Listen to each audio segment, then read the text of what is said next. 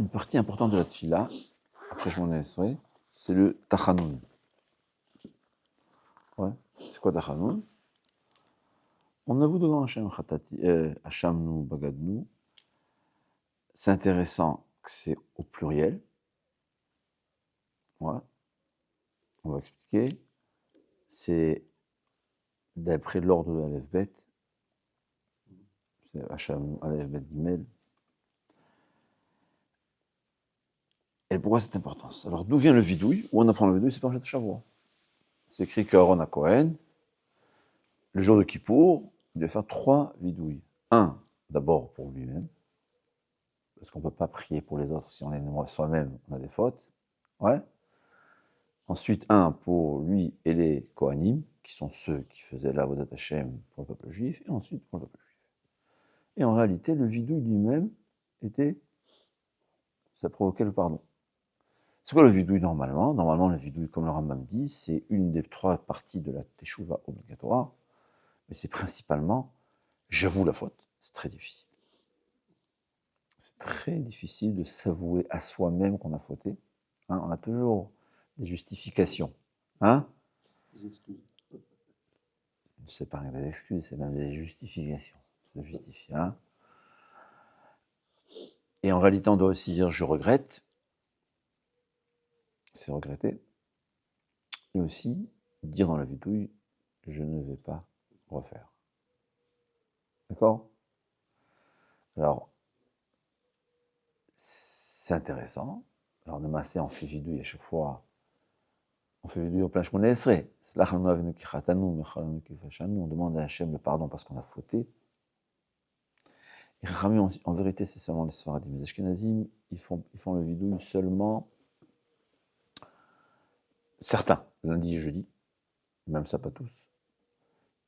Mais par contre, c'est sûr qu'il y a le vidouille, Kriyat Shema, le soir avant de dormir. Ça, c'est de la Kabbalah, ouais. Donc, on fait vidouille. Après, le matin, la tefila le matin, après la tefila de l'après-midi, et le soir avant de dormir. 3 fois par jour, on va dire à Hachem, Hachamnu, Bagadnu, c'est quoi Bagadnu? Bida, c'est j'ai oublié le mot. Un boged, c'est quelqu'un qui est un traître. Hein? On a été traître envers Hachem.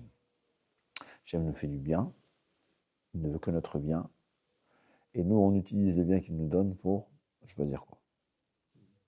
Ouais. Gazelle, je me souviens Gazelle, on a volé.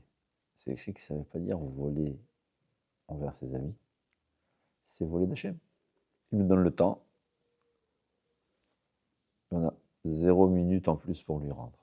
Hein? Je t'ai donné 1000 minutes, il va nous donner 1000 minutes à ce condition qu'on lui rend 100. On lui rend les 100 qui lui doit, qui lui appartiennent. Non. Hein? On donne de l'argent. On donne 1000 euros, on donne 100 à Tzedaka. Et on rend pas l'argent. C'est voler vis-à-vis des chaînes. C'est écrit qu'on ne fait pas le vidouille sur le vol de son ami. Pourquoi? Parce que c'est 4 règles, au contraire. C'est quoi cette importance de faire le vidouille? Hein? Quand il y a une simcha, il y a une bar mitzvah, il y a une brit milah ou un khatan, on est tous contents qu'on n'a pas l'occasion de faire le vidouille. Personnellement, depuis que j'ai compris la valeur du vidouille, je suis triste. Alors pas triste parce que c'est la halakha, mais j'aurais préféré dire. En vérité, il y a deux avis dans les poskim. Il y a un grand Moël qui disait que Raphaël Kanievski, lui, faisait tout pour ne pas faire vidouille. Il était très content quand il était là, comme ça il dit. Au contraire, il voulait qu'il vienne chez lui. Raphaël Kanievski, il a rarement fait vidouille. Parce que quand il était jeune, il était toujours été. Bon, peut-être quand il était très jeune, non. Je parle quand il était déjà réputé, il était presque toujours Sandak, et même les fois où il n'y avait pas, il y avait ce Morel-là qui lui demandait de venir. Alors c'est vrai que Raphaël Kanievski, comme l'a dit Rav Steinman, il dit on a tous des fautes. Ouais. On va passer aux machines à laver, mais après on aura dans le Gan Eden. Mais il dit, mais Raphaël Kanievski, il n'aura pas besoin de passer par la machine à laver. Alors peut-être c'est pour ça que. Mais Rav Wosner, par contre, comme ça il dit ce Morel, Rav Wosner, c'était l'inverse. Il faisait tout pour faire le tachanoun. Tout. Et même quand lui, le moelle, il venait, il dit, mais peut-être c'est pas sûr que c'est pas sûr que tu auras une mila qui dit, en fin de compte, peut-être il y aura un changement de... Il faisait tout, il cherchait la raison de oui faire le tachanun. En tout cas, pour nous, qui ont des fautes, c'est sûr que ça fait bien. Alors d'abord, c'est quoi le tachanun? Quand on dit, on avoue nos fautes devant Hachem. Et c'est très bien que quelqu'un qui a fauté, qui précise sa faute. Pas votre. Ça sourd de dire à quelqu'un d'autre. Et on n'a pas le droit de dévoiler ses fautes aux autres. Sauf si c'est des fautes que tout le monde sait. Alors là, il va avouer en public pour voilà, dire aux gens, voilà, j'ai fait échouva. Mais quand les gens ne sont pas au courant de ses fautes, on n'a aucun droit d'avouer ses fautes. Alors, c'est vrai que le véritable tachanoun, c'est un regret dans une intention de ne plus répéter. Est-ce qu'il y a une valeur, un tachanoun, tout simplement hein? Alors, c'est pas hypocrite. C'est pas hypocrite. Voilà. Celui qui fait par hypocrisie, je fais tachanoun pour pouvoir continuer, je sais pas. Mais je parle juste, c'est quoi? Je donne toujours, le Ramchal toujours l'utilise. Tu veux voir comment ça se passe en haut, regarde comment ça se passe en bas. C'est une discussion entre Einstein et Kant. Hein? Tu as entendu parler comme ça, on dit. Einstein a dit Dieu ne joue pas au dé. Kant le dit qui te dit. Ramchal, il dit comme Einstein. Ramchal qui savait, ouais, c'est la tradition orale qui nous a été enseignée depuis le Mont Sinaï, que, au contraire, c'est sûr que Kadosh Baruch Hu, il ne fait rien pour rien, il y a toujours des raisons, au contraire. Et si tu veux savoir comment ça se passe sur Terre, regarde comment ça se passe en haut. Parce que Hachem, au fait, il justement, il nous a donné cette possibilité de comprendre comment ça se passe en voyant Malchuta Derekia, comment ça se. Il y a celui qui a fauté envers son père. Alors nous, on dit Akadosh Baruch Hu, c'est un père. C'est vrai que si on se conduit, nous, on est 0 enfant, alors parfois, et il ne faut pas souhaiter que ça se passe, Hachem se conduit comme un roi. Mais un roi avec amour, quand même. Ouais. Mais pas autant qu'un père. Il y a plusieurs cas de figure. Hein? Et quelqu'un, il n'écoute pas ce que son père lui a demandé. Et comme on dit, toujours Hachem, ce qu'il nous demande, c'est pour notre bien. Comme un père qui demande à son fils. Sois sérieux dans tes études. Hein? Il y a des enfants qui s'imaginent que le père, il le veut pour son propre intérêt. C'est vrai. Mais il y a un, il dit, je te reconnais même pas. Pas d'ici, je veux trop. Hein? Comment le père il va réagir? Il ne va pas lui dire, mais il reste totalement indifférent à son père. Je me rappelle, il y avait un élève, il m'énervait énormément. Après, j'ai beaucoup réfléchi. Pourquoi il m'énerve? Pourquoi je m'énerve tellement? Il était totalement indifférent à ce que tu lui disais. C'est un peu un autisme, pareil. Hein?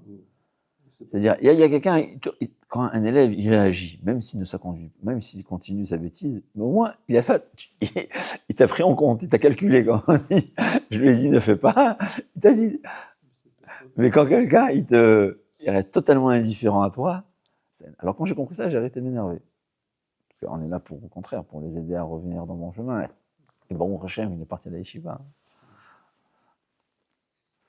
C'est une forme d'orgueil, de vouloir que l'autre... C'est possible que c'est un orgueil, mais c'est pas seulement l'orgueil. C'est vrai qu'en tant que professeur, que Moré, que Rav, c'est l'orgueil. Mais en tant qu'ancien père, alors c'est vrai, mais c'est ce qu'on dit.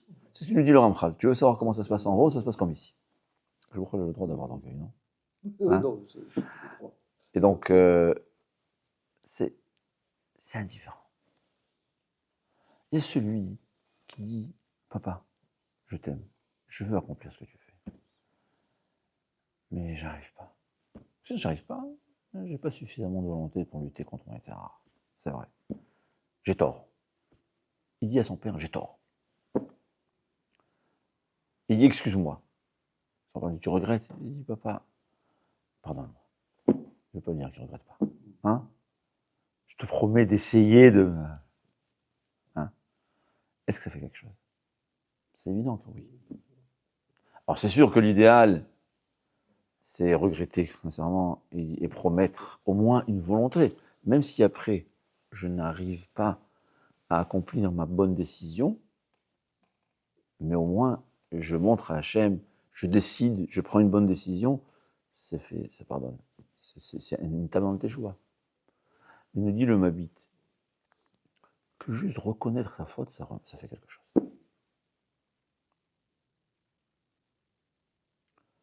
C'est le Mabit qui l'a dit. Dans le Mabit, il parle de Charata sans Kabbalah, je ne m'en rappelle pas. Bon. Il dit, en tout cas, regretter, c'est sûr, mais même si on ne regrette pas, le fait même d'avouer. Et c'est ce que le Zohar Kadosh dit. Le Zohar Kadosh, il dit quelque chose d'intéressant. Il dit, celui... il y a deux Zohar Kadosh, un que je n'ai pas vu, j'ai entendu, que celui qui fait le vidouille avant de dormir, des milliers de mazikim ou un millier de mazikim qui se désintègrent, j'appelle.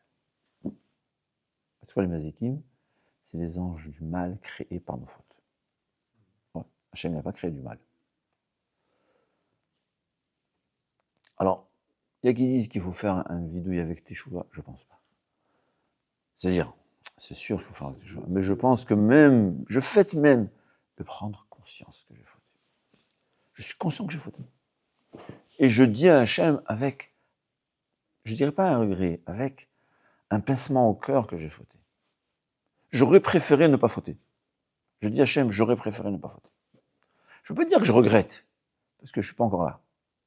Parfois même je regrette, je dis pas, c'est bien. Mais j'ai un pincement au cœur. D'ailleurs, la Gemara, c'est une Gemara, je me rappelle, la Gemara a dit que Shaoul Améler, il a fait quelque chose d'atroce. S'imaginant que la ville les Kohanim de la ville de Nov ont collaboré avec David Améler. Ouais. Shaoul Améler, première erreur, il pensait que David Améler était un rebelle, alors qu'il a été nommé par Hachem. Et en plus, il s'est dit que vous avez collaboré alors que ce n'était pas le cas. C'est écrit que David Améler qui est sauvé de Shaoul, il est parti au Mishkan, dans le temple, le tabernacle. C'était le Mishkan, c'était pas le Beth Amikdash. Et comme il a été atteint d'une boulimie dangereuse, on lui a donné les pains du Kodesh, les pains de l'Echem Apanim qu'il a mangé David Améler. Personne ne savait ce qui s'est passé. Shaoul les a accusés, vous avez fauté, vous avez collaboré avec un rebelle, Mored Malchut Rehamita, il a anéanti la ville de Kohanim. C'est tous tué. Eh bien, Shaoul Améler, c'est incroyable, qui était, on a dit on a dit que quand il a été nommé roi, il avait autant de fautes qu'un bébé qui vient de naître. Personnellement, je pense que ça veut dire qu'un bébé, après quelques jours, le fait qu'il s'est réveillé au milieu de la nuit, il a réveillé ses parents, c'est quand même quelque chose.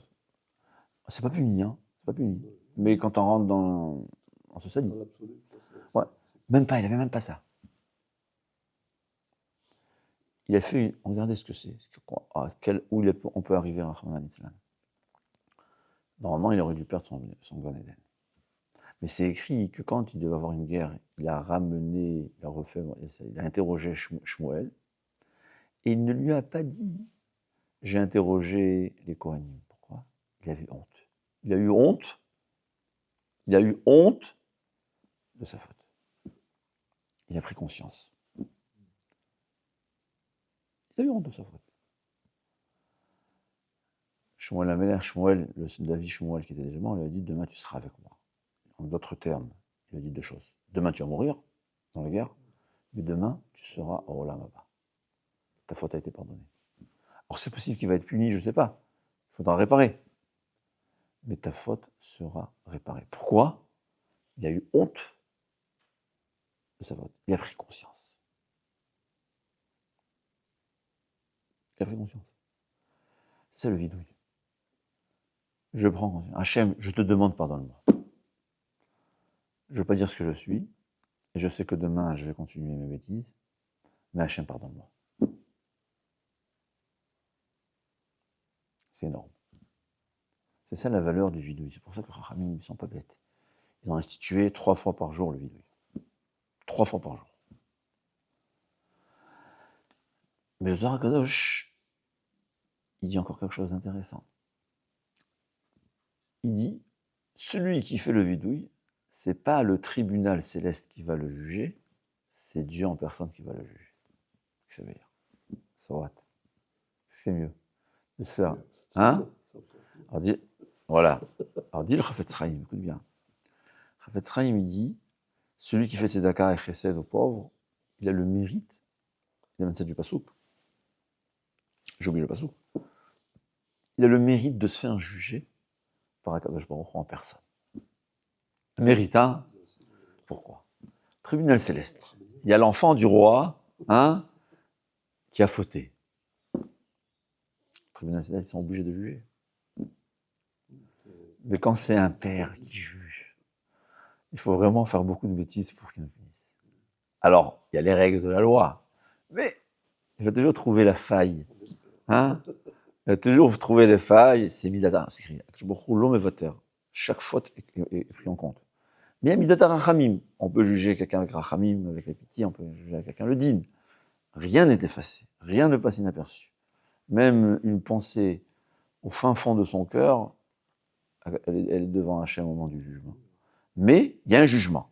Mais il y a des jugements avec Rachamim, le jugement d'un père. J'aime bien la raconter l'histoire on raconte de Rabbi Chaim Aboul Afia. C'était un Rav à Tveria.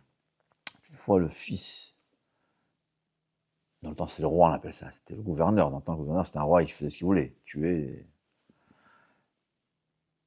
Il s'est moqué du roi, il s'est moqué de Rabbi Chaim. Ou c'est un des Gdolim, je crois que c'est ça. Le roi a entendu ça, il a dit il faut éduquer son fils. Il est venu, il est parti, il a jugé son fils devant Rabbi Chaim, 80 coups de bâton.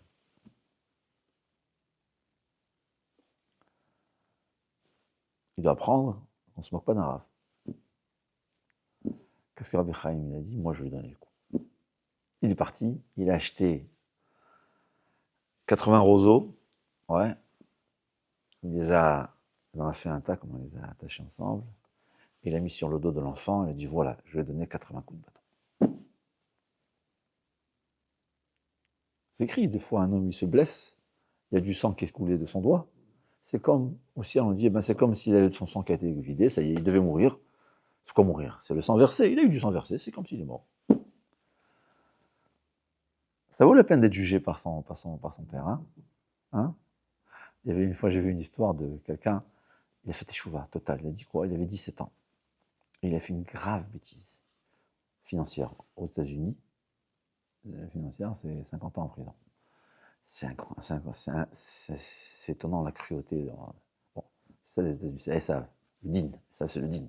Bon, c'est la rigueur. Il arrive, je crois que c'est le rébé de Rechnistin, un rébé, un grand sadique qui était aux États-Unis dans le temps, il y a 50 ans, 60 ans, je ne sais pas, peut-être plus. Et il lui a dit, t'inquiète pas, et même si ton avocat n'arrive pas, t'inquiète pas.